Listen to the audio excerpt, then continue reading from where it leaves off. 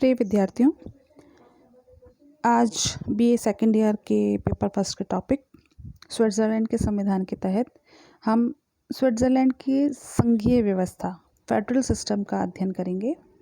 मैं doctor Sucheta Verma, assistant professor political science. Switzerland की एक संघीय शासन व्यवस्था है और मूल रूप से यह जर्मन साम्राज्य व अमेरिका के संघ जैसी है। यह कथन ब्रुक्स का है। यद्यपि स्विट्ज़रलैंड क्षेत्र और जनसंख्या की दृष्टि से एक छोटा राज्य है, लेकिन ये छोटा राज्य विविधताओं से उतना ही परिपूर्ण है जितना कि संयुक्त राज्य अमेरिका, भारत या रूस है। इसी कारण स्विट्ज़रलैंड में भी अमेरिका, भारत आदि देशों की भांति संघात्मक व्यवस्था को ही अपनाया गया है। जुर्वर के शब्दों में संघवाद वह मूल वैधानिक सिद्धांत है जिस पर स्विट्ज़रलैंड का शासन आधारित है। स्विट्ज़रलैंड एक परिसंघ या राज्य मंडल नहीं, वरन एक संघ राज्य।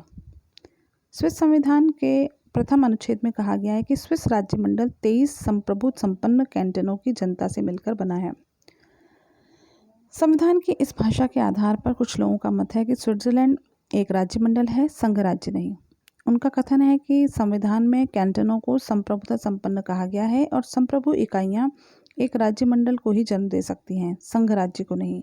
उनका द्वितीय तर्क यह है कि 1848 की जिस व्यवस्था के आधार पर इसका गठन हुआ है वह एक संधि मात्र है, संविधान नहीं, और संधि एक राज्य मंडल को ही जन्म दे सकती है, संघ राज्य को नहीं। किंतु वास्तविकता यह है कि स्विट्ज़रलैंड एक संघ राज्य है, राज्य मंडल नहीं।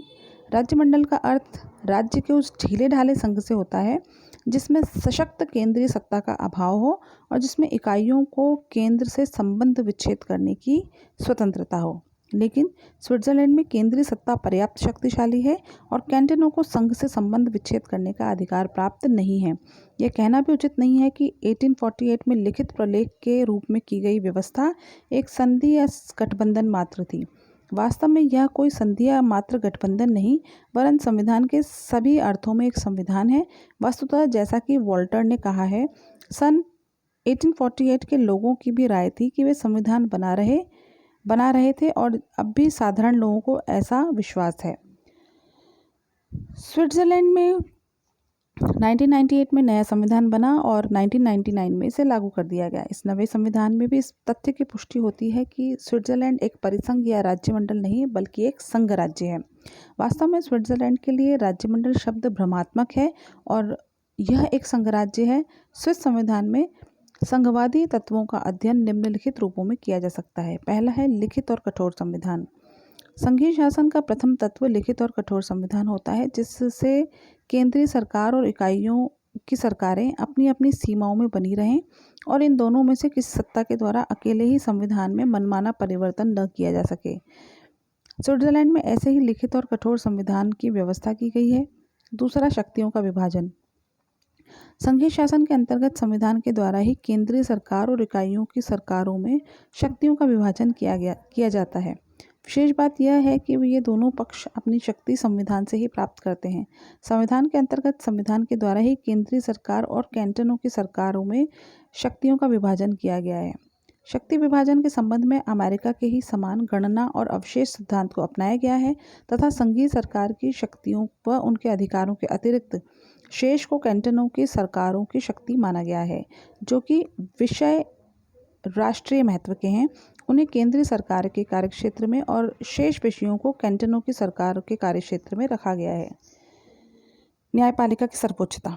संघीय शासन का तीसरा तत्व न्यायपालिका की सर्वोच्चता है। न्यायपालिका की सर्वोच्चता का तात्पर्य है कि न्यायपालिका संविधान की रक्षा और उसकी व्यवस्था करने का कार्य करेगी और यदि संघ तथा इकाइयों की ओर से अपने कार्यों अथवा कानून द्वारा संविधान की अवहेलना की जाती है तो वह संघ अथवा इकाइयों के ऐसे कानूनों को जो कि संविधान के विरुद्ध हैं अवैध घोषित कर सकती है। संघ व इकाइयों के बीच शासन शक्ति के संबंधित विवादों का निर्णय उसी का काम होता है। नवीन संविधान के अनुच्छेद 189 की उपधारा 2 में कहा गया है कि राज्य मंडल और कैंटनों के बीच या कैंटनों में परस्पर उत्पन्न होने वाले सभी विवादों का निर्णय संघीय सर्वोच्च न्यायालय द्वारा किया जाएगा। न्यायपालिका की सर्वोच्चता के विषय में स्विट्ज़रलैंड संघात्मकता की कसौटी पर संपूर्ण अंशों में पूरा नहीं उतरता।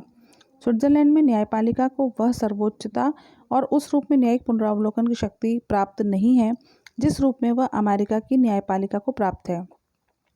स्विट्जरलैंड का संघीय न्यायालय कैंटनों की व्यवस्थाओं द्वारा निर्मित कानून का तो संवैधानिकता के आधार पर परीक्षण कर सकता है और यदि उन्हें संविधान के विरुद्ध समझे तो अवैध घोषित कर सकता है, लेकिन संघीय व्यवस्थापिका द्वारा निर्मित कानूनों के संबंध में उसके द्वारा इस शक्ति का प्रयोग नहीं किया जा सकता। इस प्रकार स्विट्जरलैंड का संघीय न्यायालय केंद्रीय शासन को संविधान का अतिक्रमण करने से रोक सकता है।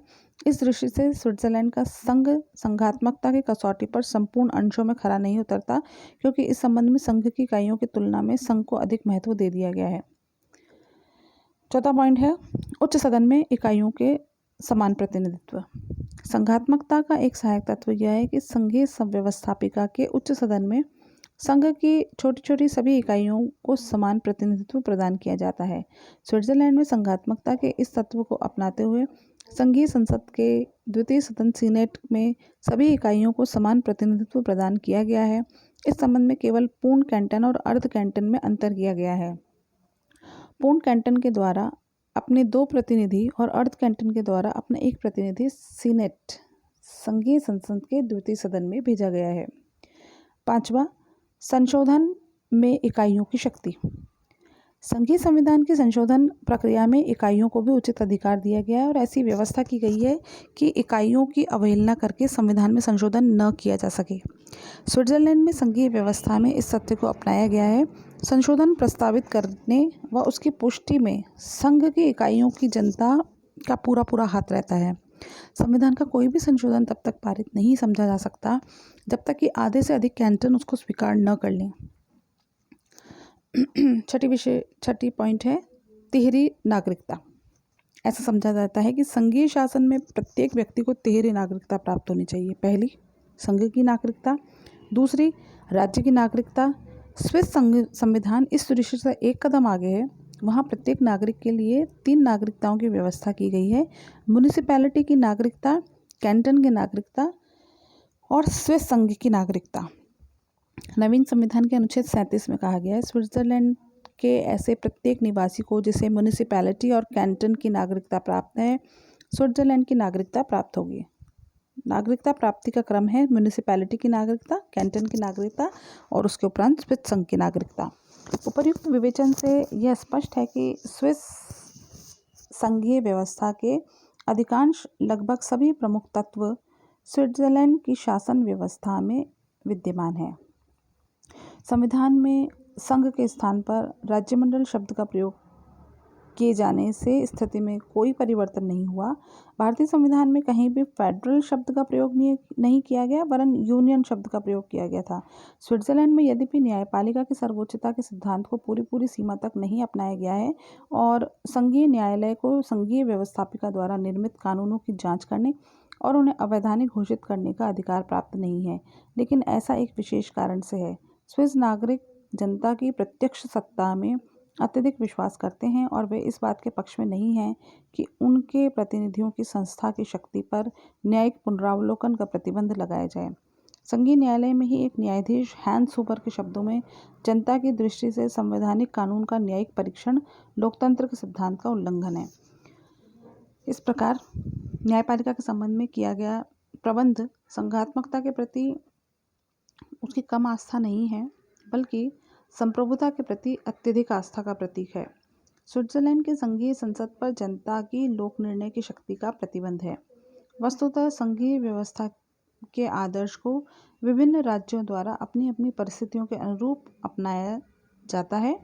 भारतीय संविधान भी संघात्मक व्यवस्था को अपनाते हुए एकात्मक शासन के कुछ गुणों को ग्रहण कर लिया है। स्विस संविधान में संविधान की सर्वोच्चता के सिद्धांत को अपनाया गया है।